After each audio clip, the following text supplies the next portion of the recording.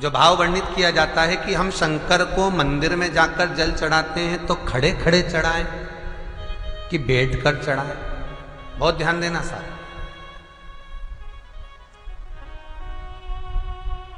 शंकर में मंदिर में जाकर हम भगवान शंकर को जल चढ़ाएं तो खड़े होकर चढ़ाएं कि बैठकर चढ़ाएं। अब दो तरह का शिवलिंग है मंदिरों में, दो तरह का शिवलिंग का निर्माण होता है, ठीक है। एक विष्णु शिवलिंग, एक शक्ति पार्वती शिवलिंग। दो तरह का शिवलिंग मंदिरों में होता है, दो तरह का शिवलिंग मंदिरों में होता है, समझ लेना बहुत अच्छी तरह से। एक शिवलिंग वो होता है जो जमीन पर डायरेक्ट जलाधारी रहती है, शिवलिंग रहता है, ऐसी जलाधारी पूरी की पूरी, और शिवलिंग जमीन पर रखा रहता है, भूमि पर रखा रहता है, डायरेक्ट जमीन पर। आप जल ले जाकर चढ़ाए, निकल गया रास्ते से।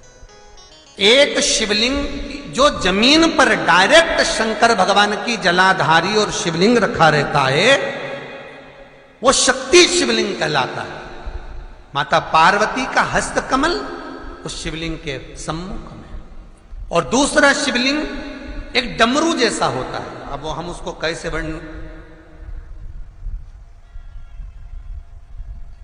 एक डमरू शिवलिंग होता है, ऐसा उसका स्टैंड होता है, ऐसा स्टैंड होता है, नीचे शिवलिंग रखने की जगह होती, फिर ऐसा होता है, फिर उसके ऊपर इस तरह शिवलिंग रखा होता है। देख, दर्शन करें आप लोगों ने।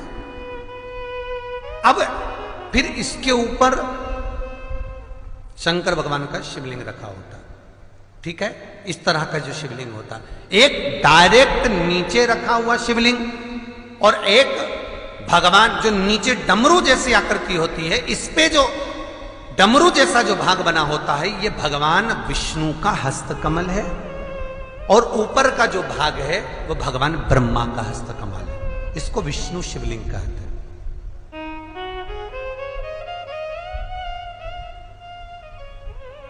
इसको हरीश्वर महादेव भी कहा जाता है। कौन सा महादेव कहते हैं? हरि सर्वेश्वर महादेव।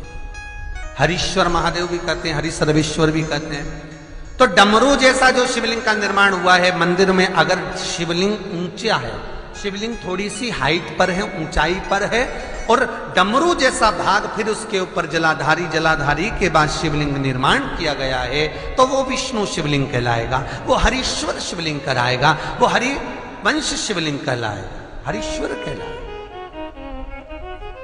और जो डायरेक्ट सीधे जो रखा हुआ है, 12 ज्योतिर्लिंग के अगर आप दर्शन करेंगे तो कहीं पर भी आपको विष्णु शिवलिंग नहीं मिलेगा, केवल एक नागेश्वर को छोड़कर। कहां पर छोड़कर? जम के बोलिए। केवल एक नागेश्वर।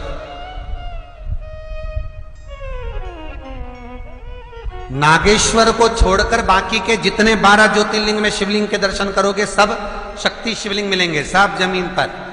आप जितने भी देखेंगे, काशी का देखेंगे, महाकालेश्वर देखेंगे, तो डायरेक्ट जमीन पर जलाधारी बनी है महाकाल बाबा की, डायरेक्ट जमीन पर बनी है, कोई ऊंचाई नहीं है, डायरेक्ट जमीन पर, फिर शिवलिंग है।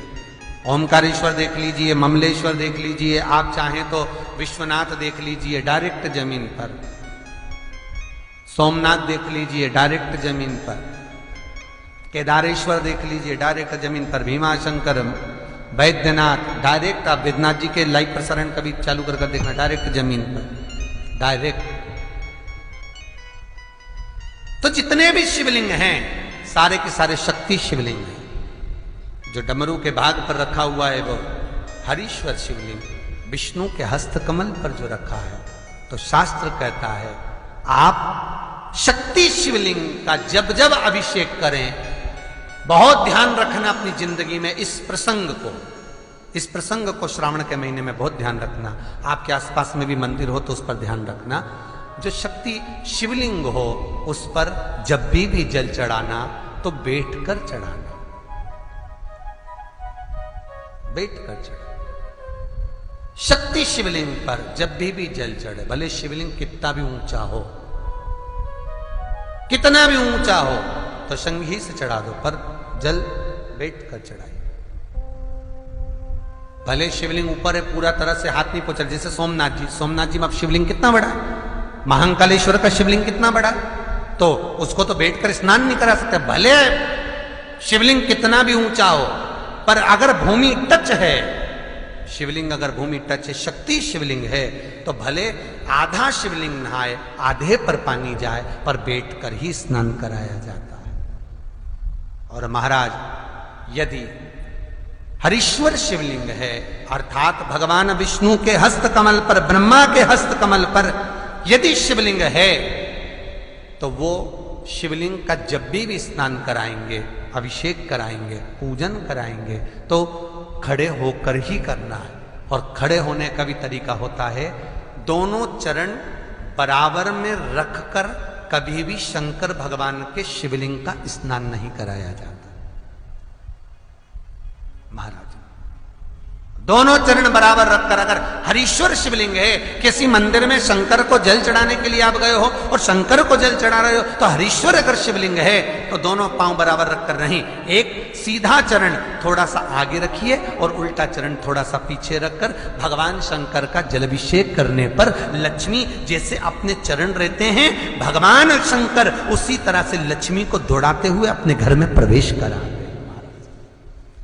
लक्ष्मी भागती हुई, अगर जो पुष्टि मार्ग से जुड़े होंगे, जो भगवान ठाकुर जी की सेवा करते हैं, पुष्टि मार्ग से जुड़े हों, श्रीमद वल्लभाचार्य जी से, वल्लभ कुल बालकों से जिनका ब्रह्म संबंध हुआ है, ऐसे अगर जीव हैं, वैष्णव जीव हैं, तो वो दर्शन करते होंगे ठाकुर जी, यमुना जी और महाप्रभु जी का।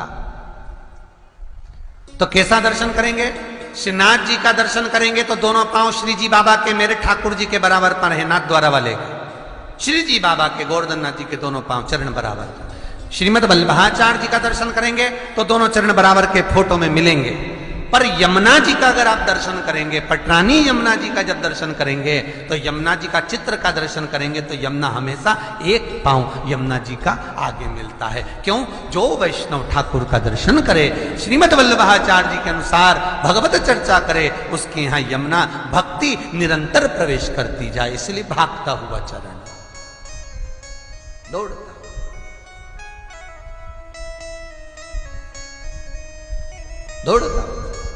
तो शंकर भगवान का अगर हरीश्वर शिवलिंग है, कहीं शिवलिंग डमरू आकृति पर, अगर ऊंचाई पर है, हरीश्वर है, तो फिर जल खड़े होकर चढ़ाए, चरण आगे पीछे। बहुत ध्यान देना महाराज, हरीश्वर शिवलिंग का वर्णन किया महाराज। बहुत सुंदर बात कही है, बहुत ध्यान से सुनिएगा। शक्ति शिवलिंग के ऊपर जो जलाधारी लगती है, शक्ति शिवलिंग के ऊपर जो जलाधारी लगती है, वो 5 मिनट, 10 मिनट, आधा घंटा रखकर 24 घंटे के लिए हटा सकते हो। शक्ति शिवलिंग के ऊपर जो जलाधारी लगती है, वो 15-20 मिनट रखकर, आधा घंटा रखकर आप हटा सकते हो। पर हरीश्वर शिवलिंग के ऊपर भगवान विष्णु के हस्त कमल पर जो शिवलिंग का निर्माण आपको भी वर्णन किया, अगर वो शिवलिंग है तो उस पर जलाधारी अगर लगी है, तो कम से कम 5 घंटा, 8 घंटा तो जलाधारी को रखना पड़ेगा ही। बहुत ध्यान दीजिए महाराज। शंकर जी की प्राण प्रतिष्ठा करते समय, शंकर जी की स्थापना करते समय, शंकर जी को प्राण प्रतिष्ठित करते समय एक एक चीज का ध्यान करना पड़ता है कि हमें कैसा शिवलिंग रखना है, कौन सा शिवलिंग रखना है, कैसे स्थापना करना है, किस भाव का होना चाहिए। शंकर के मंदिर में शंकर जी विराजे हैं तो गणेश जी, कार्तिकेय और पार्वती की मुद्रा कैसी होना चाहिए, गणेश जी कौन सी सूंड का होना चाहिए। जब शंकर के मंदिर में हम आराधना कर रहे हैं तो गणेश जी की सूंड किस ओर होना चाहिए, पार्वती की मुद्रा कौन सी होना चाहिए, षडानंद कार्तिकेय की दृष्टि कहां होना चाहिए, ये शंकर जी की प्राण प्रतिष्ठा में देखा जाता है। केवल मूर्ति वाले ने बाजार में मूर्ति बनाकर बेच दी और तुम गए हमें शंकर जी का परिवार दे दो, हमारे मंदिर है छोटा सा, मैं वहां प्रतिष्ठा करना है। तुम बाजार में गए और शंकर जी का परिवार लेकर आ गए, शंकर जी लिया, कार्तिकेय लिया, पार्वती जी लिया, गणेश जी लिया और स्थापना करवा दी पंडित जी से। और बाद में बोली हमको थोड़ी कष्ट हो रहा है, हमको थोड़ी तकलीफ हो रही है, कहीं ये हम जब से लाए इससे तो नहीं हो रही, कहीं इससे तो नहीं। नहीं, गलती तुम्हारी है। तुम तो बस गई और लेकर आ गई। यहां तक शिव महापुराण की कथा कहती है कि तुम्हारे घर की मूर्ति जितनी पुरानी होती है उतना सुख देती है। आपको पहले भी कथा में कहा, दिया और मूर्त पुरानी होगी चलेगी।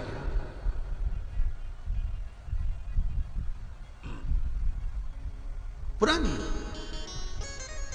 एक फैशन चल गया, छोटे से ठाकुर जी नहीं रखूं, बड़े वाले लाऊंगी लड्डू गोपाल, सेवा अच्छे से हो जाएगी। और जो सास के हाथ के वो अब उनको नहीं पूछे तो दुख नहीं होगा, दुख तो होगा। महाराज घर में जेठानी के आने के बाद देवरानी आती है और सास देवरानी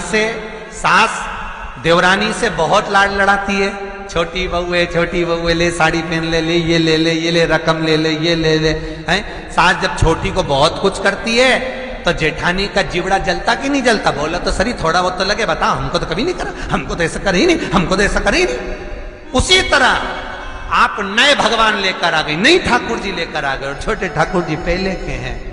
भगवान को लगता है बताओ नए से लाड लड़ा रही, उसको वस्त्र पहना रही, आभूषण पहना रही, मुझे आभूषण तक नहीं, वस्त्र नहीं, जैसे हैं वैसे ही लुढ़क जाते हैं, कौन पहनाए? कोई ने कहा इनको क्यों नहीं पहनाती, छोटे हैं पहनाते नहीं बनता, भाव से पहनाओगे सब पहने।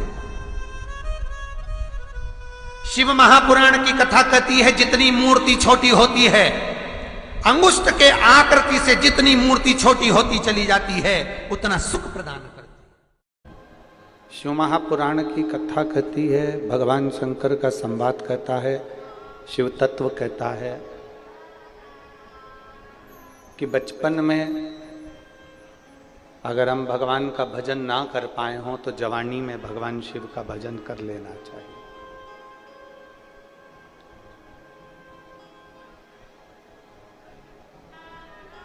क्योंकि जवानी में जो कमाया जाता है वो बुढ़ापे में खाया जाता है।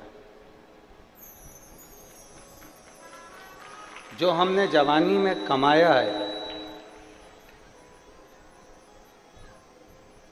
कई बुजुर्ग माताएं यहाँ पर बैठी हुई हैं, कई बुजुर्ग पुरुष यहाँ पर बैठे हुए हैं। जितनी बहू फुर्ती में काम नहीं करती उससे ज्यादा बूढ़ी माँ फुर्ती में काम कर लेती है। जितना बेटा फुर्ती में काम नहीं करता उतना उसके पिता फुर्ती में काम कर लेते हैं। लोग क्या कहते हैं कि साहब पुराना घी है, बोलो सही बोला, क्या बोलते हैं? पुराना घी है और खूब इन्होंने उस समय पे देसी घी आता था तो खाया था तो आज तक चल रहा है। तो तुम्हें कौन ने मना करा कि तुम देसी मत खाओ? तुम भी खाओ, पर काम उतना ही करो जितना बुजुर्ग कर रहा है। अभी से जवानी में ऐसे हो गए कि मेरा घुटना दुख रहा है, मेरी कमर दुख रही है, मेरे पाँव दुख रहे हैं, मेरा सिर दुख रहा है, मेरा हाथ दुख रहा है, मेरा पाँव दुख रहा है।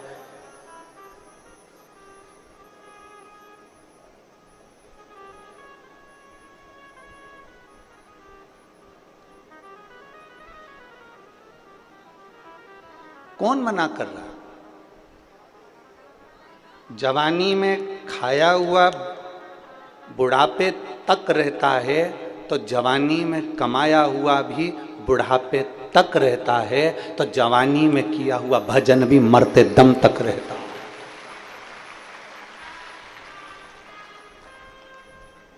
जवानी में खाया हुआ जब मरते दम तक बुढ़ापे तक रहता है, शरीर में बल रहता है, काम करते रहते, फुर्ती बनी रहती है। जितना नवयुवक बेटा बेटी काम नहीं कर पाते उससे दुगना बुजुर्ग काम कर लेते। आज 45-50 साल की अगर बहू है, 45 साल 50 साल की कोई बहू है तो वो अपने आप में बूढ़ा समझने लगती है कि अब हम तो भैया अब हमसे नहीं बनता। वो अपने आप में कह देती है कि मुझसे नहीं बनता। और उसकी सास बेटी है घर में 72 साल की, 75 साल की, और अभी भी कपड़ा लेके बैठ जाती है और धीरे धीरे लगी रहती है। अगर कपड़े में नहीं करेगी तो कपास लेके बैठ जाएगी, बत्ती बनाती रहेगी।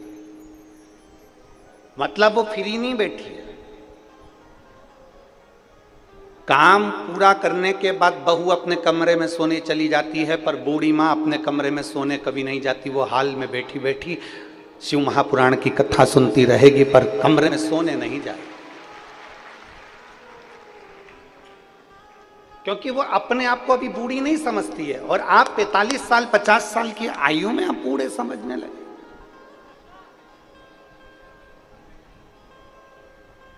अपने विल पावर को मजबूत करो मेरी जीजियों। 45 साल की उम्र में तुम्हारे घुटने खराब हो रहे हैं, 45-50 साल की उम्र में तुम्हारी आंखों से दिखना कम हो गया, कानों से सुनना कम हो गया, कहीं कोहनी दुख रही, कहीं पीठ दुख रही, कहीं कमर दुख रही, कहीं हाथ दुख रहा, कहीं पांव दुख रहा। प्रयास करो, मेरी जितनी जीजियां बैठी हैं और जितनी यहाँ पर 35, 40, 50 साल वाली मेरी जीजियां जितनी बैठी हैं, अपने आप को बूढ़ा कभी मत समझना। और जितने मेरे जीजा बैठे हैं, अपने आप को बूढ़ा मत समझना। अभी तो तुम्हारी जिंदगी की वो दौड़ चालू हुई है जिस दौड़ में तुम्हें आगे बढ़ना है। ये जिंदगी की वो दौड़ है जिसमें हमें आगे की ओर बढ़ते चले जाना। कभी बूढ़ा होने का प्रयास नहीं। हमारे जीवन में हमने अपने आप में हमने ये फीलिंग कर ली कि अब मेरे से नहीं होगा, अब मुझसे नहीं होने वाला। एक चरित्र आता है बहुत सुंदर। एक बूढ़ी अम्मा थी। थोड़ा परतवाड़ा की जीजियों और जितने आस्था चैनल पर सुन रहे हैं सब ध्यान लगाकर सुनना। एक बूढ़ी माँ, एक बूढ़ी आई शंकर जी के मंदिर में जाती थी, लोटा भर के जल चढ़ाती थी और वहां अपने घर से कपड़ा लेकर जाती थी और उस कपड़े से पूरे मंदिर को जम के बोलो जरा साफ कर देती। अब बूढ़ी आई तो बूढ़ी आई, और जितनी समझदार घर के बुजुर्ग होते हैं उतना समझदार दुनिया में कोई नहीं हो सकता। घर के बुजुर्ग की जिसने इज्जत कर ली है ना, उसकी चित्तवृत्ति में बैठ गया कि ये बुजुर्ग को जानना बड़ा कठिन काम है। बूढ़ी आई ने लोटा भर के गल से जाती, एक लोटा पानी ले जाती, शंकर जी को चढ़ा देती, पोछा लगा देती।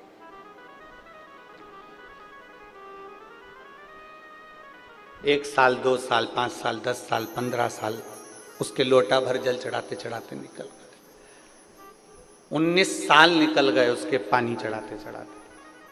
एक दिन वो लोटा रखी और लोटा रखने के बाद वो कपड़े से मंदिर को साफ कर रही थी, और कपड़े से मंदिर को साफ कर रही है, लोटा रख दिया है, और साफ करने के बाद जैसे ही आई तो उसका लोटा गायब हो गया। अब तुम उस बूढ़ी माता की ओर मत जाओ, अब तुम अपनी ओर जाओ। तुम्हारा लोटा अगर कोई ले जाए तो क्या होगा? अब ढूंढ रही है, लोटा मिल नहीं रहा, खूब ढूंढा नहीं मिला, खूब प्रयास करा नहीं मिला, घर चली गई। दूसरे दिन उसकी सहेली आई, चल शंकर जी के मंदिर, नहीं जाना। बस 19 साल मंदिर गई है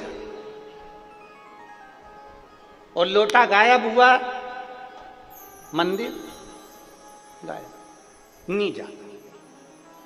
एक दिन पूरा निकल गया, उसकी पड़ोसन फिर आई, उसकी पड़ोसन ने कहा चल मंदिर चल, नहीं जाना, मेरा लोटा कोई ले गया, जब तक मेरा लोटा नहीं आएगा तब तक मैं मंदिर नहीं जाऊंगी।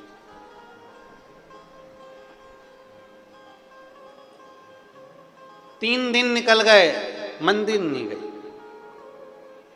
अब शंकर जी को इसकी याद आ गई।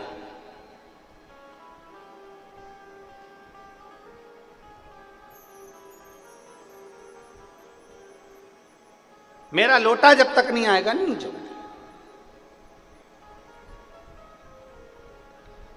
इतने में भगवान देवाधिदेव महादेव इसके घर पे पहुंच गए। शंकर भगवान इसके घर पे लोटा लेकर, शिव लोटा लेकर दरवाजा बजाया।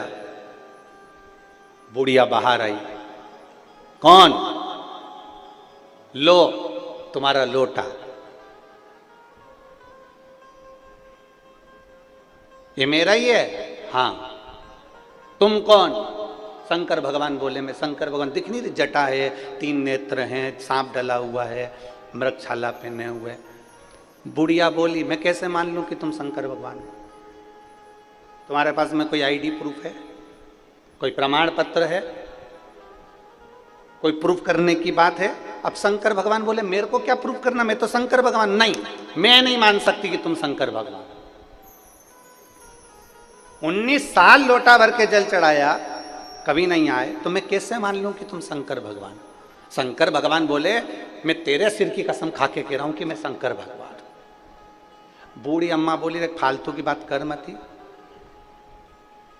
अभी 83 साल की हूं, इतनी जल्दी मरना चाहती नहीं, तू मेरी झूठी कसम खा मत। तेरे पास अगर कोई प्रूफ हो तो बता। तो इतने में शंकर जी ने पूछा तुझे किससे प्रूफ चाहिए? तो बूढ़ी अम्मा बोली अगर पार्वती जी मेरे सामने आकर बोलेगी कि ये शंकर भगवान है तो मानूंगी, नहीं तो नहीं मानूंगी। पार्वती जी बोले मेरे सामने आकर कि ये शंकर भगवान है, तो भोलेनाथ जी ने डमरू बजाया। डमरू बजाते से पार्वती जी आ गई। पार्वती जी जो से आई, आते से पार्वती जी ने कहा ये मेरे स्वामी शंकर भगवान है। इतने में बुढ़िया बोली मैं तो पहले से ही जानती थी। बुढ़िया बोली मैं तो पहले से ही जानती थी। तो फिर मान क्यों नहीं रही थी? क्योंकि अकेले आए थे, तेरे को लेकर नहीं आए थे, दोनों का साथ दर्शन करना था, इसलिए मैंने बुलाया। पहले जानती थी।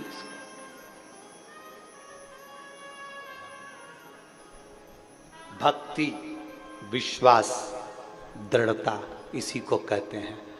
जब हम देवाधिदेव महादेव के रोज मंदिर जाते हैं, प्रतिदिन हम भगवान के मंदिर जाते हैं, जब हम कथा को श्रवण करने का नियम बनाते हैं कि मुझे 5 पंडाल में बैठकर कथा सुनना है, मुझे 5 स्थान पर बैठकर कथा सुनना है, मुझे 12 ज्योतिर्लिंग में से किसी एक ज्योतिर्लिंग में बैठकर कथा सुनना है, मुझे किसी तीर्थ में बैठकर कथा सुनना है, मुझे कथा के पंडाल में बैठकर कथा सुनना है। जब हम कुछ नियम बनाते हैं, 19 साल उसने नियम बनाया, तो मेरे भगवान को उसके दरवाजे पर लोटा वापस देने के लिए आना पड़ा। जब हम थोड़ा सा नियम बनाते हैं, हम मंदिर जाना प्रारंभ करते हैं, हम भगवान की भक्ति करना प्रारंभ करते हैं, हम भजन करना प्रारंभ करते हैं, जब हम भजन करना प्रारंभ करते हैं तो तुम्हें लगता है कि हम भगवान को याद कर रहे हैं, पर नहीं। शिव पुराण कहती है भोलेनाथ तुमको याद करता है और तुम्हारे पास आने का प्रयास करता है।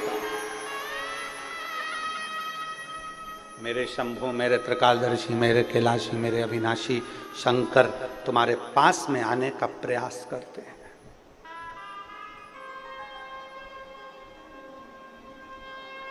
बुखार आता है, अरे बोलो तो जम के।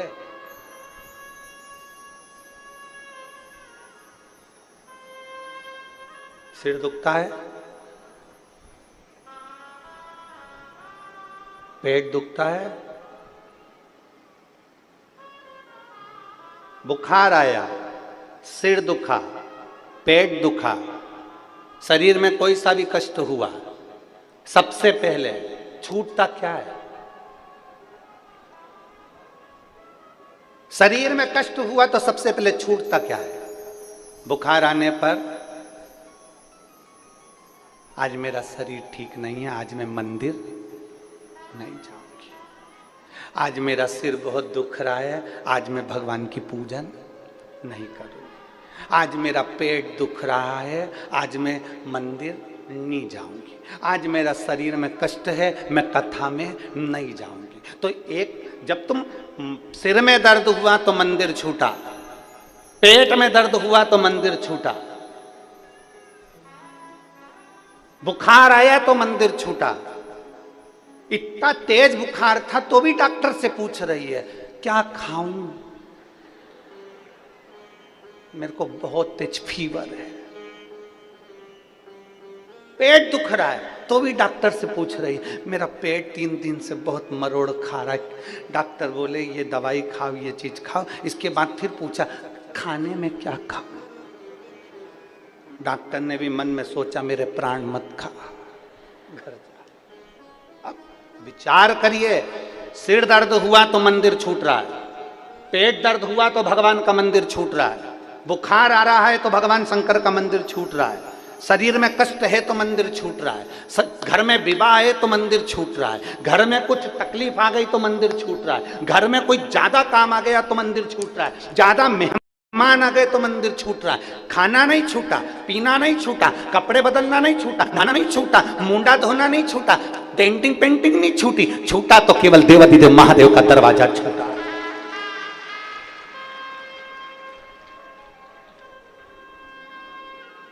आज बहुत सारे मेहमान आए, आज मैं मंदिर नहीं जाऊंगी, तो इतने सारे मेहमान आए तो मुंडा भी मत दो। फिर सबसे पहले मेहमान आए तो ऊपर कमरे में गई और 4 बार दर्पण में देखी, आंख फाड़ फाड़ के, अच्छा बढ़िया दिख रही। और उसके बाद मुंडा धोने के बाद में ना जाने कौन कौन से 3-4 क्रीम थे वो सब लगा लू के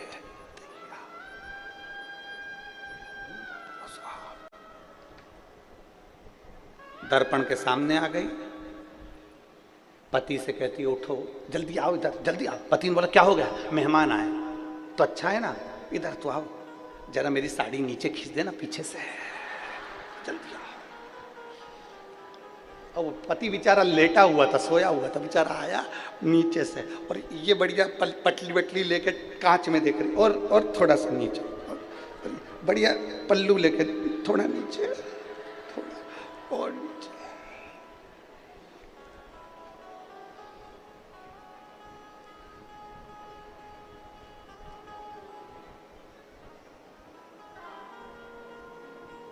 पहले होती थी पत्नी, अब हो गई मैडम।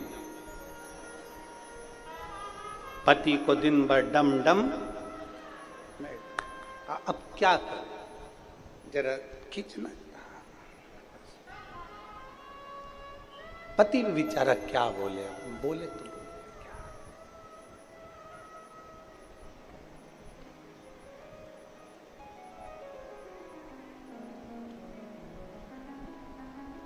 पति कुछ नहीं बोल सकता। एक रामायण में कथा आती है, आपने सुनी है? वो सुग्रीव का बड़ा भैया, क्या नाम था, बाली, उसके सामने जो जाता था उसका आधा बल सुग्रीव में आ जाता था। बोलो सही है कि गलत है? अरे बोलो तो जम के। वो बाली उसके सामने जो जाता था उसका आधा बल उसमें आ जाता था। बाली गया, बाली के बाद हो गई घरवाली। घरवाली के सामने जब भी कोई जाता उसका आधा बल इसमें आ जाता। बोल ही नहीं पाता वो, बिल्कुल भी एक शब्द नहीं बोला कि मैं साड़ी ठीक नहीं करूं, मैं सो रहा था, तूने जगाया कैसे, तूने ऐसा शब्द बोला कैसे, तूने ऐसा क्यों कह दिया, नहीं। पर वही शब्द अगर माँ कह दे, वही शब्द अगर पिता कह दे, बेटा ये काम है कर कर आना, तो नहीं करेगा महाराज, क्योंकि उस वो बोले तो बोले कैसे, वो कहे तो कहे कैसे। शिव महापुराण की कथा कर रही है। अपने आप को कभी बुजुर्ग मत समझना, अपने आप को कभी बूढ़ा ना समझिए। आपका पांव दुख रहा है, सिर दुख रहा है, शरीर में कष्ट है, रोग में अगर ग्रसित भी हो, तकलीफ से तकलीफ। एक पत्र है, देखिए, हम ज्यादा पत्र कभी पढ़े नहीं है।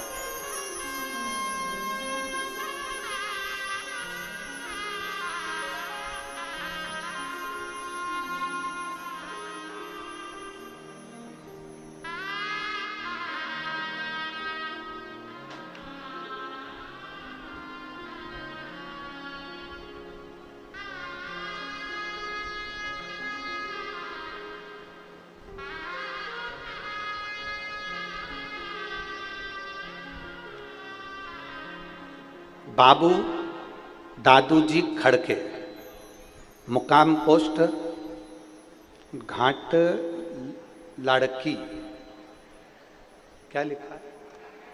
आप लोग समझ गए ना? ठीक है। और पूर्ण विश्वन चूर्णी, मोबाइल नंबर मेरा ये है। कहीं बैठे हैं? हाथ हिलाओ जरा, हाथ हिलाओ। हाथ कहाँ है? हाथ हिला दो एक बार। अच्छा ठीक है, दिख गया। गुरुजी, नागपुर मेडिकल कॉलेज में एक पेशेंट जिसको मुंह का कैंसर हुआ है, पेशेंट का नाम मारुति शनावारे है।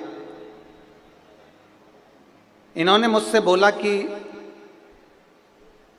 मुख का कैंसर है, और मैंने सुना है कि सीवर वाला महाराज बेलपत्र देवे या आप कथा श्रवण करते हैं तो भगवान शिव पर चढ़ा हुआ जल पीते हैं, रुद्राक्ष का जल पीते हैं तो शरीर में आराम लगता है।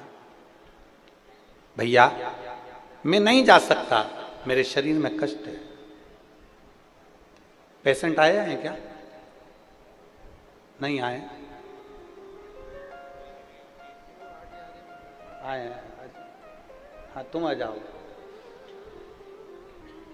मैंने पेशेंट से कहा तुम चिंता मत करो, मैं कथा में जा रहा हूं और ये मेरा विश्वास कहता है बाबा अपने नजदीक में कथा करने आ रहे हैं, और मैं विश्वास के साथ कहता हूं कि आपके परिवार वालों से बोलो कि शंकर जी पे चढ़ा हुआ जल ला कर दें तो गठान जो दूसरी हुई है वो गलना प्रारंभ हो जाएगी। मैं गुरुजी यहाँ धन्यवाद देने के लिए आया हूँ, बाबा को विनती करने के लिए आया हूँ और निवेदन करने आया हूँ।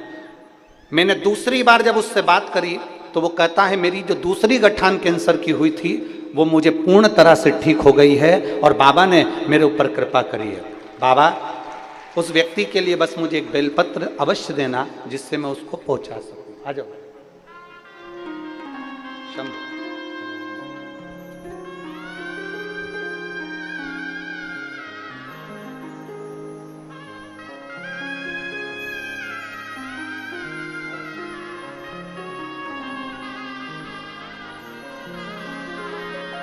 अब वो ठीक है,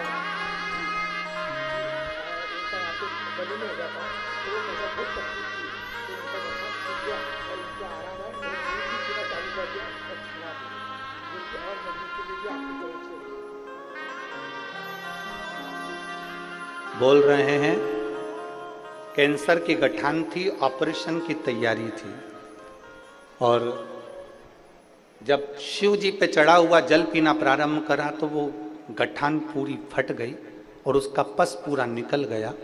निकलने के बाद डॉक्टर ने जब फिर चेकअप करा तो उस जगह पर कैंसर नहीं था।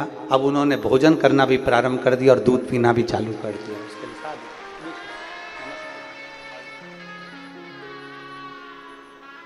एक शिव की आराधना। सिर दुखे मंदिर नहीं छूटना चाहिए, पेट दुखे मंदिर नहीं छूटना चाहिए, शरीर में कष्ट है मंदिर नहीं छूटना चाहिए।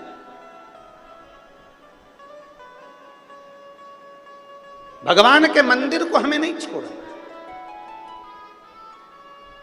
तेरे मंदिर में आना मेरा काम है और मेरी बिगड़ी बनाना तेरा काम। हम क्यों छोड़े मंदिर?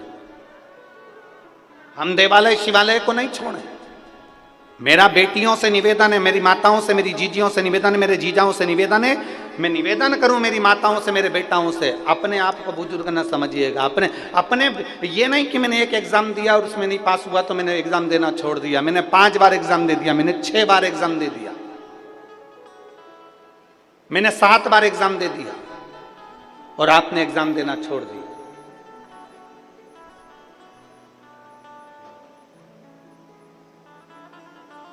नहीं,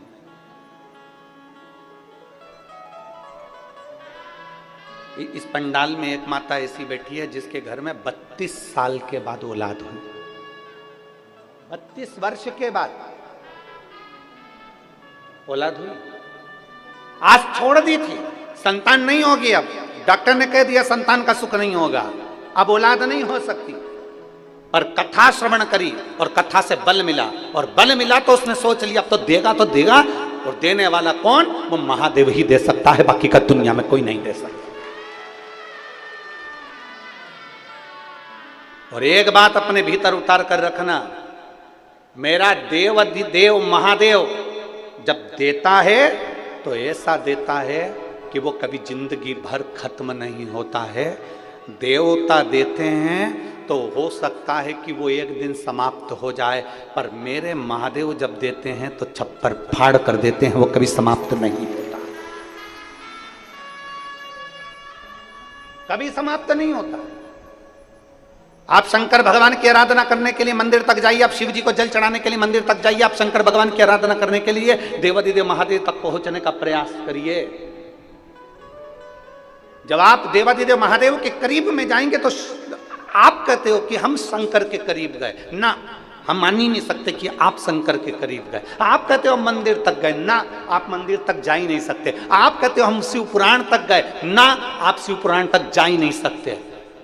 मंदिर तक आप नहीं जा रहे हो, मेरे महादेव का प्रेम तुम्हें खींच कर लेकर जा रहा है। कथा तक आप नहीं जा रहे हो, शिव पुराण का प्रेम आपको खींच कर ला रहा है। इस चिलचिलाती हुई बैसाख के महीने में, इस चिलचिलाती हुई गर्मी में मेरी ये जीजियां बैठी हैं, इतने सारे भाई बैठे हैं, मैं इनसे पूछना चाहूंगा, दोपहरी का समय 11-12 बज रही हो, आप में से कितनी माताएं जो अपनी पड़ोसन के घर जाती हो? बोलो बोलो, जम के बोलो जरा। कोई जाती है? रिश्तेदार के यहाँ कोई नहीं जाता। जाते हो तो शाम को जाना है, जाना है तो रात्रि को चलेंगे, शाम को चलेंगे, पार्टी में चलेंगे, इसमें चलेंगे, पर दिन में नहीं जाओगे। कितना बड़ा भी फंक्शन हो तुम दिन में निकलना पसंद नहीं करोगे। क्यों? दिन में इतनी तेज गर्मी पड़ रही है, चिलचिलाती हुई धूप पड़ रही है। मैं नहीं जाती, बाद में देखूंगी, चक्कर आ जाएगा, ये हो जाएगा, वो हो जाएगा।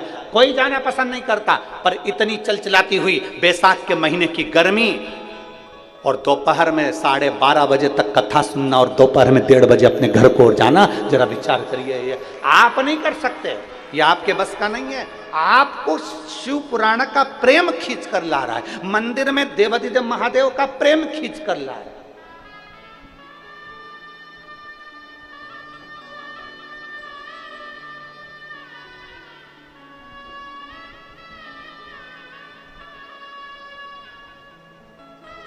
और बिना प्रेम के कोई नहीं जा सकता, जा ही नहीं सकता।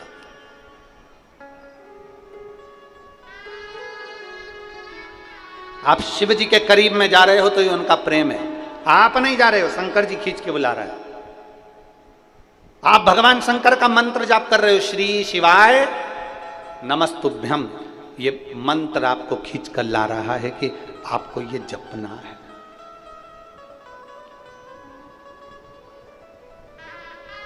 थोड़ी परीक्षा ले सकता है मेरा महादेव। एक शंकर जी का एक नाम है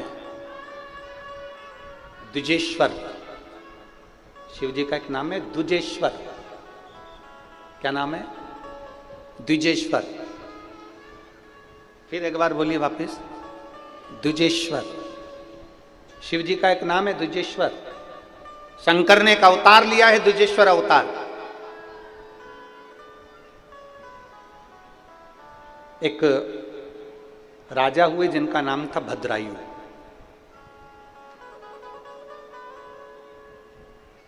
जिनकी धर्म पत्नी का नाम था कीर्ति मालिनी।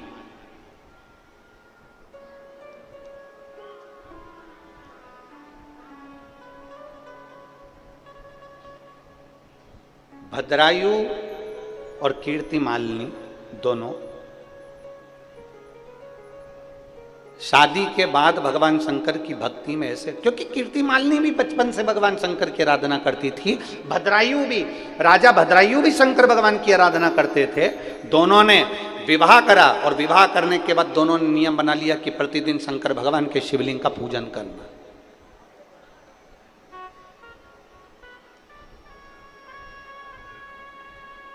बहुत दूर नहीं, अगर रास्ते में भी हो ना, रास्ते में भी चल रहे हो और आज शंकर भगवान को तुम्हारा पानी नहीं चढ़ाया, आज शिव जी को तुमने जल नहीं चढ़ाया है, शंकर भगवान को जल नहीं चढ़ाया और तुम्हारी बोतल में जल रखा हुआ है, झूठा नहीं है, अच्छा है, सफर कर रहे हो, कहीं शिवालय दिख जाए रोक लो गाड़ी, आज मैंने दिन भर से भगवान को जल नहीं चढ़ाया था तो यहीं चढ़ा देती हूँ, एकांतेश्वर महादेव। शिवालय भी ना मिले, शंकर का मंदिर भी ना मिले, भगवान शंकर का शिवलिंग भी ना मिले, तो 2 मिनट गाड़ी रोको, किसी पेड़ के नीचे थोड़ी सी मिट्टी को इकट्ठा करो, शंकर जी का स्मरण करो, भोले बाबा आइए, 12 ज्योतिर्लिंग के रूप में अपने बॉटल में पानी है वो ही शंकर को समर्पित कर दो, शिव उसको स्वीकार कर लेता है।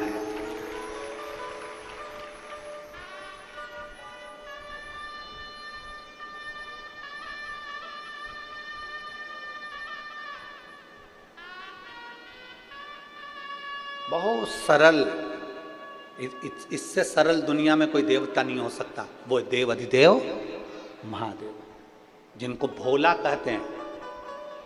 भोला,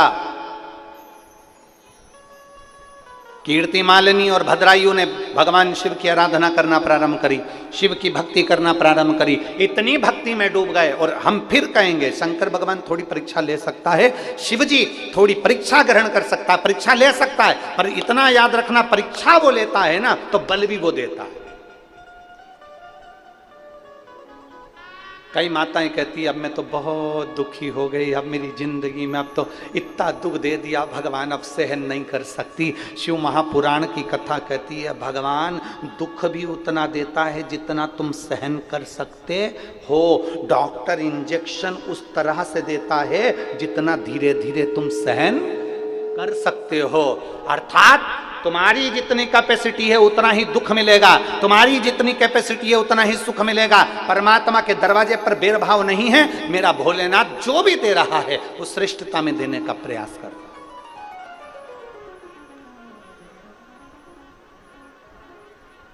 भद्रायु, कीर्ति मालिनी दोनों शिव की आराधना कर रहे हैं, दोनों शिव की। और शंभो शरणे पड़ी मांगू घड़ी रे घड़ी, दुख काटो दया करी दर्शन आपो। शंभो शरणे पड़ी मांगू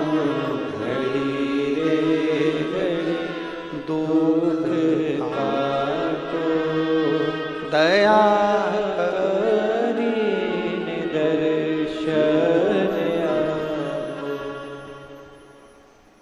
भद्रायु और कीर्ति मालिनी ने शिव जी की आराधना करना प्रारंभ कर। भाग्य कौन लिखता है? जम के बोलो, कौन लिखने वाला है? वो देवता। भाग्य कौन लिखते हैं? देवता। भाग्य कौन लिखता है? विधाता। भाग्य लिखने वाला देवता होता है, भाग्य बनाने वाला देवता होता है, भाग्य लिखने वाला विधाता होता है, भाग्य लिखने वाला देवता होता है। अब विधाता ने भाग्य लिखा, देवता ने भाग्य लिखा, देवता का भाग्य कौन लिखता है? कोई तुमसे पूछ सकता है कि देवता ने हमारा भाग्य लिखा, तो देवता का भाग्य किसने लिखा?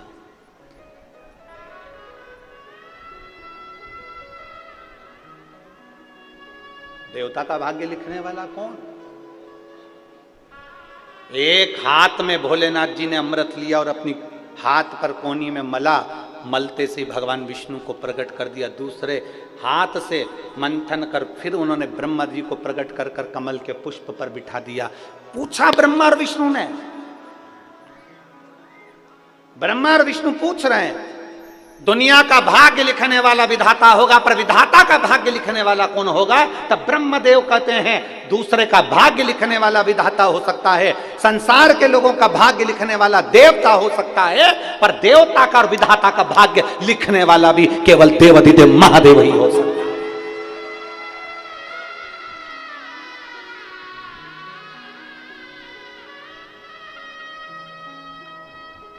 सारी दुनिया का भाग्य विधाता लिख सकते हैं, सारी दुनिया का भाग्य देवता लिख सकते हैं, पर देवता और विधाता का भाग्य भी महादेव लिखते हैं।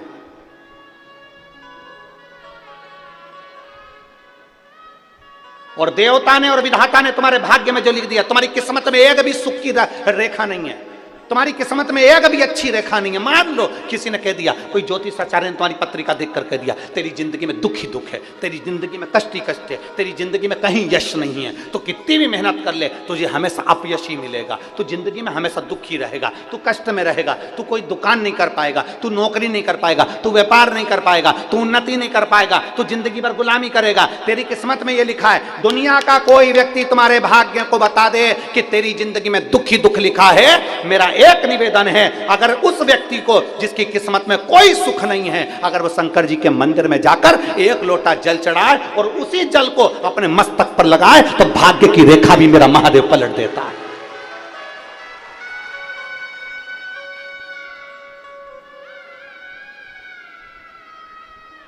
एक पत्र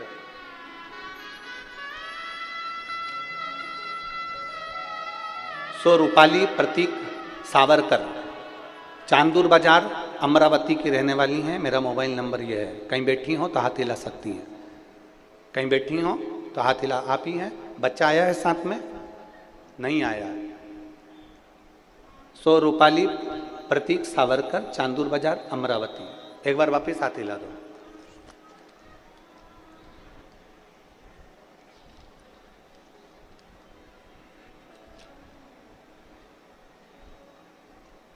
कई वर्ष तक संतान का सुख नहीं हुआ, एक बच्चा हुआ तो वो भी चला गया, फिर कोई औलाद नहीं हुआ।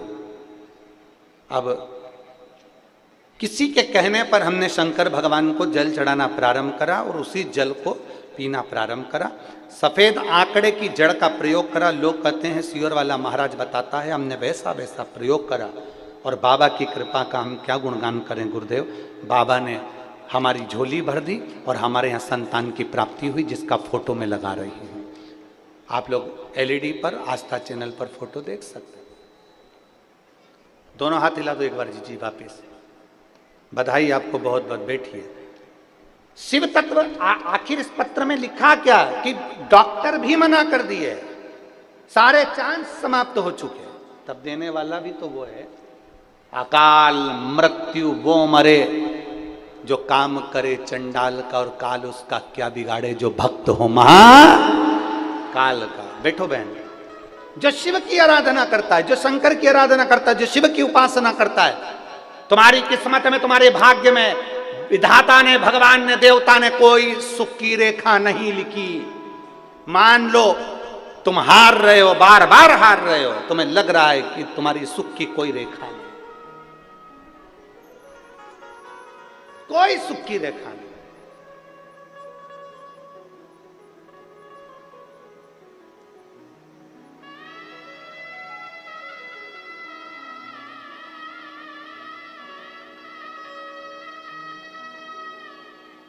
और तुम्हारे जीवन में कोई अगर सुख की रेखा नहीं है, तुम हार गए।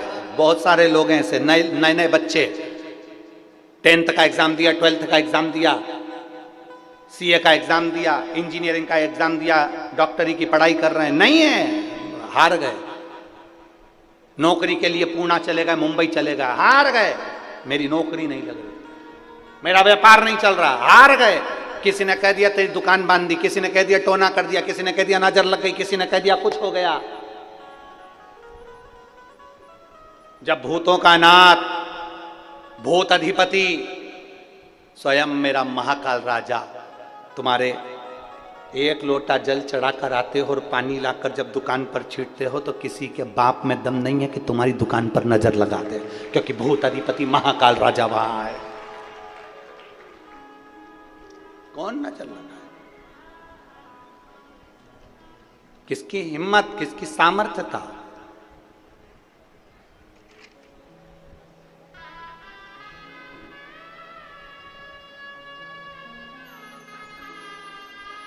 बहुत अच्छी बात एक कही।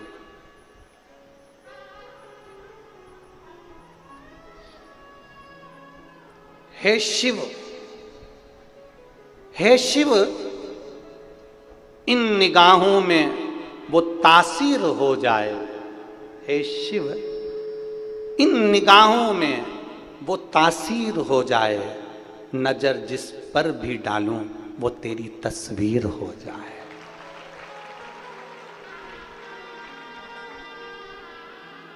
मेरे महाकाल, हे महाकाल, इन निगाहों में वो तासीर हो जाए, मेरे भोले बाबा इन निगाहों में वो तासीर हो जाए, नजर जिस पर भी डालूं तेरी तस्वीर हो जाए। बस इतनी कृपा करना। जब हर एक में शिव दिखने लगे, हर पल पर घड़ी घड़ी में शंकर नजर आने लगे, समझ लेना कि शिव तुम्हारे भीतर समाहित हो गया।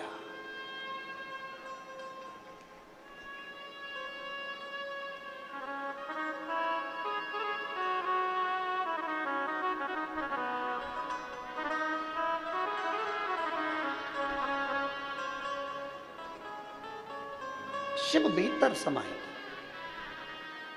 और महाराज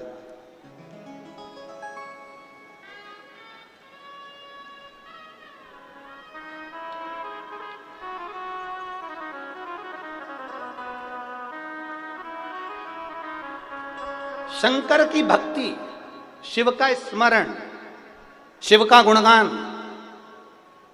हमारे ना जाने कितने कितने दुख और तकलीफों को काट देता है। लिख दिया किसी ने, कह दिया किसी ने, तुम्हारी किस्मत में बच्चा नहीं है, तुम्हारी किस्मत में ये नहीं है, तुम्हारी किस्मत में ये नहीं है, तुम्हारी किस्मत में गाड़ी नहीं, तुम्हारी किस्मत में बंगला नहीं, तुम्हारी किस्मत में 4 व्हीलर गाड़ी नहीं, तुम्हारी किस्मत में विवाह नहीं होगा, तुम्हारी किस्मत ऐसी लिखी है कि तुम्हें दुख होगा, तुम्हारा मकान नहीं होगा। लिखने वाले ने लिख दिया, कहने वाले ने कह दिया। और जो चैलेंज देता ना कि तुम्हारी किस्मत में ये नहीं है, तुम्हें उस चैलेंज को स्वीकार करना चाहिए और अपने आप में इतनी मेहनत करना, इतनी मेहनत करना और शंकर जी पे भरोसा रखना, तो एक दिन गाड़ी क्या 4-5 गाड़ियां तेरे दरवाजे पर होगी, एक मकान क्या 4 मकान तेरे दरवाजे पर। हम क्यों हारे? क्यों? इसलिए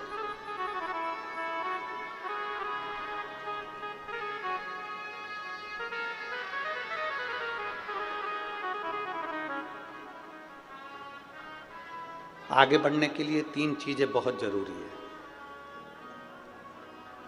यहां मेरे जितने बेटा बेटी बैठे हैं उनसे निवेदन करूंगा, इस बात को अपनी कॉपी में नोट कर रखना और अपने दिल में नोट कर कर रखना कि आगे बढ़ने के लिए 3 चीजें बहुत जरूरी है।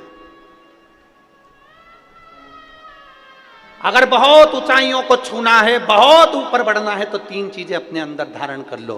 पहले नंबर का है सब्र। जम के बोलो मेरी जीजियों, क्या है? सब्र। उन्नति की सीढ़ी पर चढ़ना है, बहुत आगे बढ़ना है, तुम्हें बहुत उन्नति करना है, अभी हारना नहीं है, तो 3 चीजें अपने अंदर उठाकर रख लो। एक सब्र, दूसरे नंबर पर है बर्दाश्त करना। कोई ने कुछ बोल दिया, बर्दाश्त करो। किसी ने ताना दे दिया, बर्दाश्त करो। बहुत सारे लोग होंगे जिनको आप पसंद नहीं आएंगे, गालियां देंगे, बर्दाश्त करो। बहुत सारे लोग मिलेंगे 24 घंटा कोसेंगे, तुम्हें बद्दुआएं देंगे, अपशब्द कहेंगे, बर्दाश्त करो। बहुत सारे लोग मिलेंगे जो तुमको अपशब्द कहेंगे, बर्दाश्त करो। 3 चीजें उन्नति की सीढ़ी पर लेकर जाती है। पहले नंबर पर है, जम के बोलो, सब्र। दूसरे नंबर पर है, जम के बोलो, बर्दाश्त करना। और तीसरे नंबर पर है नजरअंदाज करना। ये तीसरे नंबर पर है, नजरअंदाज करना, इग्नोर, नजरअंदाज कर दो। कोई कुछ बोल रहा है ना, उसको ध्यान मत दीजिए, इग्नोर कर दो, नजरअंदाज कर दो। कीचड़ में भिड़ा हुआ कुत्ता तुम्हें दिख रहा है कि नहीं दिख रहा? अरे बोलो, एक कीचड़ में भिड़ा हुआ कुत्ता तुम्हें नजर आ रहा है, तो समझदारी किसको कहेंगे? कुत्ते के पास में चले जा। अरे बोलो तो जम के, नहीं, समझदारी किसको कहेंगे? कीचड़ में भिड़ा हुआ कुत्ता दिख रहा है तो थोड़ी दूरी बनाकर चलो, थोड़ी दूरी बना लो, क्योंकि वो तो कुत्ता है, तुम तो समझदार हो। वो तो कुत्ता है, कीचड़ में भिड़ा हुआ है, भौंकेगा भी, अपशब्द कहेगा भी, ताने देगा भी, पर तुम तो इंसान हो, तुम तो मनुष्य हो। नजरअंदाज कर दो। तीन चीजें मनुष्य को ऊपर तक लेकर जाती है। मेरे बेटा बेटियों, मेरी युवान बेटियां जितनी यहां बैठी है, जितने युवान बेटा बैठे हैं, मैं उनसे कहना चाहूंगा, आप कुछ भी मानो, चाहे गुरु मानो, चाहे ना मानो, चाहे मामा मानो, चाहे ना मानो, चाहे भाई मानो, चाहे ना मानो, चाहे जो मानो, मैं आपसे कहना चाहूंगा, अगर बढ़ना है आगे तो तीन चीजें अपने अंदर उतार रख लो। पहले नंबर पर जम के बोलो, जरा सब बोलो, सब्र। दूसरे नंबर पर बर्दाश्त करना सीख लो, थोड़ी चोट लगेगी।